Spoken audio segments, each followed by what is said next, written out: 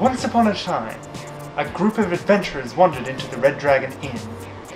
In this inn they found a mysterious man standing in the corner. He introduces himself to the party as none other than the great legendary hero, Steve. One of the most unique things about board games is the ability to tell stories, collectively as a group, and to have stories emerge from the actions that you take as a player. Other media, like movies and televisions, tell you a very fascinating and interesting story, but the audience doesn't fundamentally change how the story unfolds. Video games can allow the audience to change the story and have an impact on the narrative, but they still have to work within the rules of that video game.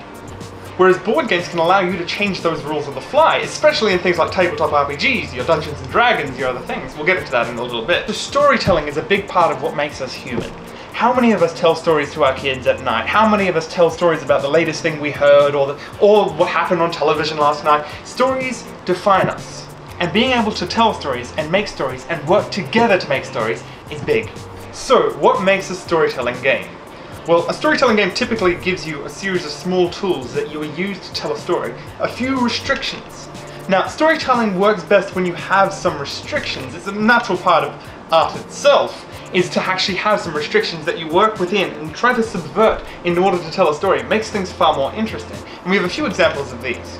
So some of the more interesting thematic games use a lot of small storytelling elements on the side, little flavor texts here and there, little other things to help make it feel like what's happening on the board is actually a little bit more real, a little bit more personalized, makes it a bit more interesting. And often when you find these games that have a lot of these flavor text and events happen around the board, you get emergent storytelling, where things suddenly come to life, even though you might just be moving a few cubes around a hexagon or something like that. You can see a story unfold right in front of you.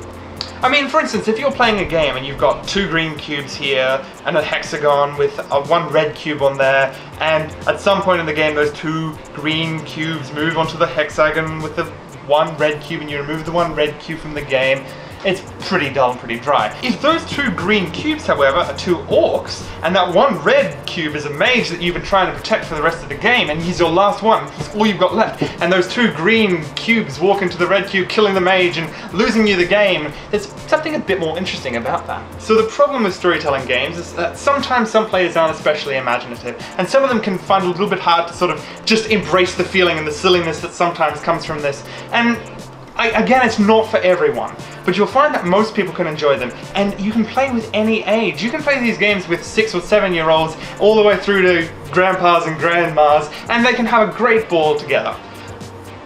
But not for everyone. Anyone can play it, but not everyone's good at it. And so for the second half of this introduction to storytelling games, we're going to cut to Kristof, who's going to give us a review of Once Upon a Time.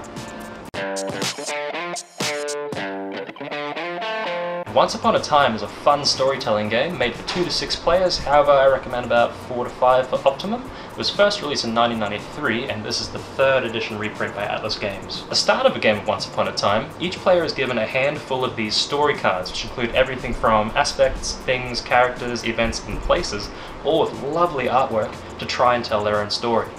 Now, as the active storyteller, I'll use my story cards to start telling a story. For example, there once lived a magical fairy in an enchanted forest who was looking for a long-lost book. Long-lost book!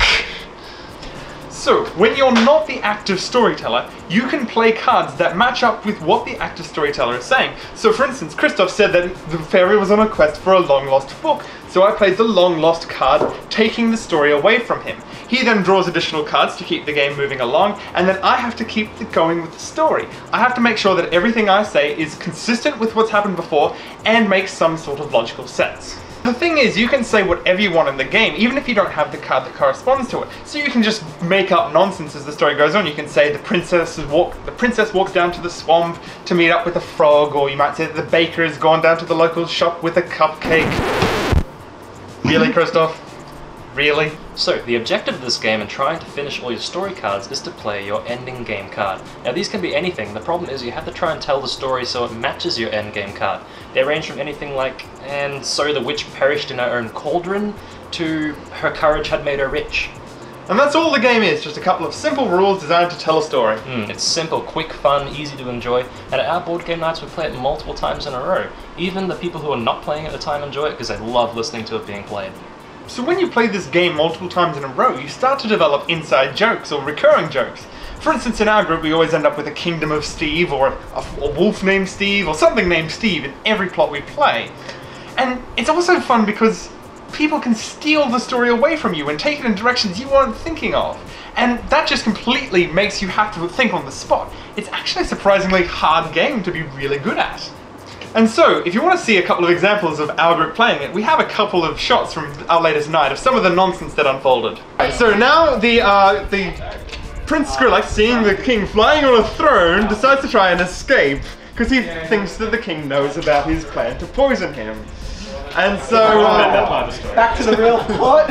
Meanwhile, the king still was quite a good friend, you know, thinking that Skrillex is a sort of okay guy, started to chase after him. Hey Skrillex! Wanna come over for dinner next Tuesday? Chris Brown on his flying throne And is so- chasing after Skrillex, carrying a kitchen saying, I know well! IKEA well. I know well! Drop me a big Skrillex. So, there was naturally a contest between the two of them of one's running ability versus one's flying throne ability.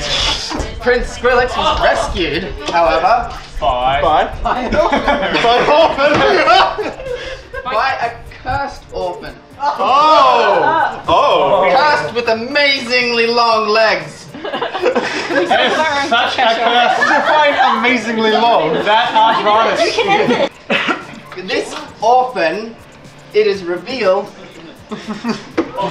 is his long lost sister. Super long legs. Yes, Who is Skrillex's long lost sister? Mary. So Once Upon a Cupcake is a fantastic game that you should go out right now and play with all your friends. Please leave a comment and subscribe, and we'll see you next time here at the Board Game Nights. Swoosh it. Swoosh it.